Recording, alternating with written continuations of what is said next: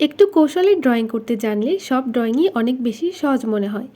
তো বন্ধুরা, আমি আজকে এখানে একদম সহজে আর কিছু কৌশল অবলম্বন করে একটা নদীর পাড়ে সুন্দর একটা গ্রামের দৃশ্য ড্রয়িং করে দেখাবো। তো সেজন্য আমি নদীর পাড়টা প্রথমে পেন্সিল দিয়ে এভাবে হালকা করে দাগ দিয়ে একটু এঁকে নিয়েছি। তারপর ঠিক এইভাবে দুইটা করে দাগ দিয়ে একটা খেজুর গাছের নিচের অংশ এঁকে নিব। এবার এই বাম পাশে আমি একটা ঘর এঁকে নিচ্ছি। তো ঘরটা আমি একটু অন্যরকম করে এঁকে নিচ্ছি, একটু ভালো করে লক্ষ্য করলে আপনারা বুঝতে পারবেন। এই ঘর আঁকাটাও কিন্তু খুবই সহজ। এ তো এঁকে ফেললাম। এবার ঘরের মাঝখানে শুধু দরজাটা বসিয়ে দিব আর জানালাটা এই পাশে দিয়ে দিব। ঠিক সেমভাবে আমি এই ডান পাশেও দুইটা ঘর এঁকে নিব। দেখুন, আমি এই ঘরটা কিন্তু খুবই কৌশলে আঁকছি। ইংলিশ লেটার ভি দিয়ে এই ঘরটা আঁকলে ঘরটা আঁকা অনেক বেশি সহজ মনে হয়।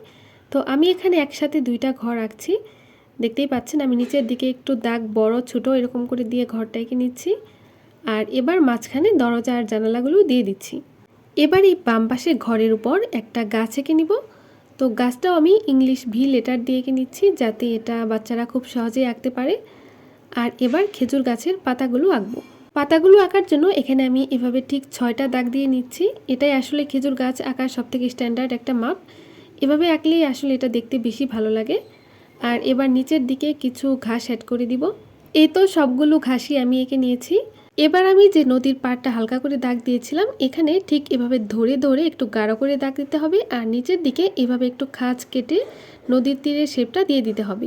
দুই পাশেই আমি একদম সেমভাবে এঁকে নিয়েছি। এবার নদীর পাড়টা একটু ভালো করে বোঝানোর জন্য এখানে আমি দাগটা ডাবল করে দিচ্ছি। দেখুন, এটা কিন্তু এখন দেখতে বেশি সুন্দর লাগছে। ঠিক একইভাবে আমি এই ডান পাশেও দাগটাকে ডাবল করে দিব। এবার এখানে অর্থাৎ নদীর ঠিক মাঝখানটাতে আমি একটা নৌকা এঁকে দিব। নৌকার নিচের অংশটা আমি খালি রেখেছি, এখানে একটু ঢেউ দিয়ে এটা ভরাট করে দিলাম। আর এটা আমি মূলত একটা ছাউনি সহ নৌকা আঁকছি। একটু মনোযোগ দিয়ে দেখুন যে আমি নৌকাটা ঠিক কিভাবে আঁকছি। এটা আঁকা কিন্তু খুবই সহজ, জাস্ট একটু মনোযোগ দিয়ে দেখতে হবে। আর এই তো এই ছাউনির ভিতরের অংশটা আমি একটু ভরাট করে দিয়েছি, মানে ভিতরের অংশটা যে ফাঁকা এটা বোঝানোর জন্য। আর উপরে আমি একটা পাল দিয়ে দিব, যেহেতু এটা একটা পাল তোলা নৌকা। পিছনে বাঁশের একটা অংশ দিয়ে দিয়েছি।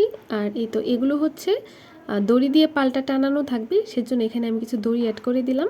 এবার এই তো বাঁশের উপরের মাথাটাকে আমি একটু কালো করে দিয়েছি। এবার এখানে খেজুর গাছের পাতাগুলো দিয়ে দিব। পেন্সিল দিয়ে জাস্ট ধরে ধরে এভাবে একটু নিচের দিকে টান দিলেই কিন্তু অনেক সুন্দর একটা পাতা শেপ হয়ে যাবে। ঠিক একইভাবে আমি সবগুলো গাছেই এই শেপটা দিয়ে দিব। তো আমি আর কথা না বলি, আপনারা একটু মনোযোগ দিয়ে পুরো ড্রয়িংটা দেখুন। কেমন লেগেছে অবশ্যই কিন্তু কমেন্ট করে জানিয়ে দিবেন। আর ভালো লাগলে প্লিজ আমার চ্যানেলটাকে সাবস্ক্রাইব করে দিবেন।